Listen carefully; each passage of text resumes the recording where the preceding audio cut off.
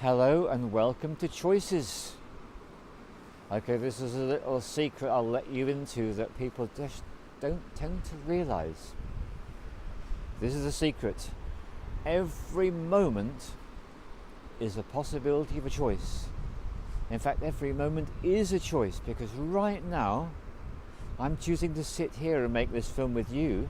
However, there are an infinity of other possible choices I could make, including dropping dead on the spot, breaking the microphone off and running into the sea, walking over to the cliffs, going and say hello to a person, touching a dog. So many different things I could do, but the thing is, this is what I choose to do right here, right now, is to make this film with you, with the lovely background and the sound of the sea and the feeling of the sun on my skin. So, knowing that you've got choices, I'm going to break the choices down to three. At any one moment, you've got one of three possible choices.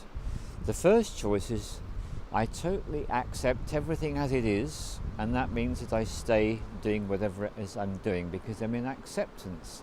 That's choice number one. I accept things as they are. It is what it is. I accept it all. Choice number two.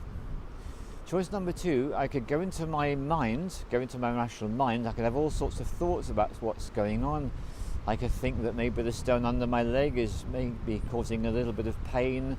I could maybe feel a bit uncomfortable because of the sun in my face, or maybe the wind is starting to irritate me. It could be any number of things. And what I could then choose to do is to go into complaint. And I could either do this complaint in my head, I could complain in my head, I could tell myself this little story about myself. Oh, it's so terrible because this stone is sticking into my right calf and I'm feeling a certain pressure and it's rather painful and I'm really struggling with the sun in my eyes, whatever it is. So I could go into complaint. I could go even further and start to talk to someone. I could literally walk along and find someone and buttonhole them and say, I really want to tell you about this complaint that I've got. I'm really bothered because I haven't got this, I've got problems about that. And you can go into all the complaints that you might have about things, and that's all about the opposite. That's about not accepting anything as it is. That's the opposite. In a sense, really, all complaint shows resistance.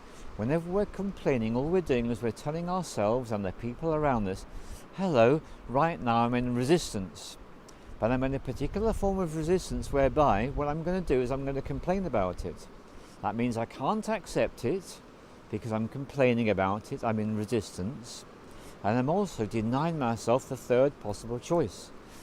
So choice number one, acceptance. Choice number two, complaining. Choice number three, change.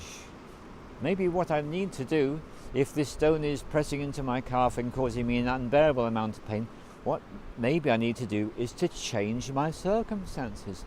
Perhaps I need to get up and move around, or perhaps I need to do something else. Perhaps I need to lie down. But basically, this is your third option.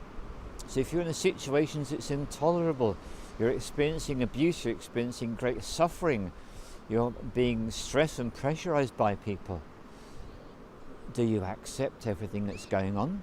Do you complain about what's going on? Or do you make changes?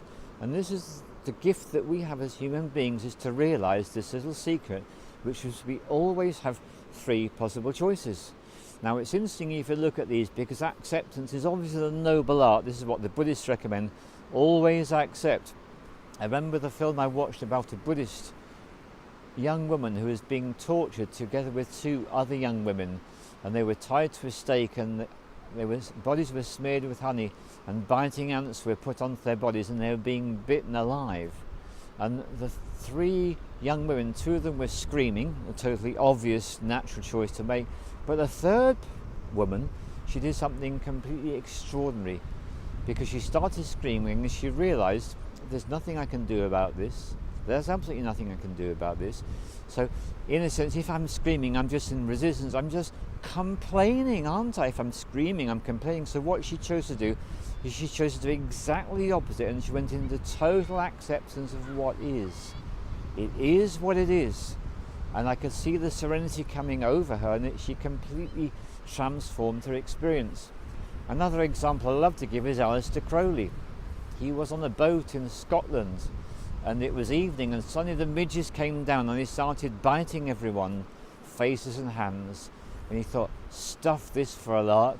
He stripped all his clothes off, he's put his arms out wide and said, come on, and literally completely transforming his attitude from the conventional one of, oh, I hate to be bitten, to, come on, just do it, go for it. And he chose to experience that experience to the fullness. So back to these three different ways. You either accept what it is, or you complain. Now here's the thing about complaining. At first glance that might seem to be the worst of three options, and I think when it becomes a persistent habitual complaint, then you really want to leave that option alone. But there can be times when a complaint could be really useful, because you could be complaining that your partner's leg is lying on your leg and you've got a cramp, and maybe what you need to do is just say, excuse me, I've got pain because you've got your leg on my leg, and then you tell the partner, and maybe they get a bit huffy, or maybe they just take their leg off. But either way, you've got to change. So then that takes us to the third option. Change is always a possibility. Whatever's going on, there's always a possibility. Unless you're like the Buddhist who is tied to the post, having no alternative whatsoever, and then she realized the richness of going to complete acceptance. So these are always our choices. Choose wisely, and know that you can always change your choice, and know that life is full of endless possibility for choice. Thank you very much.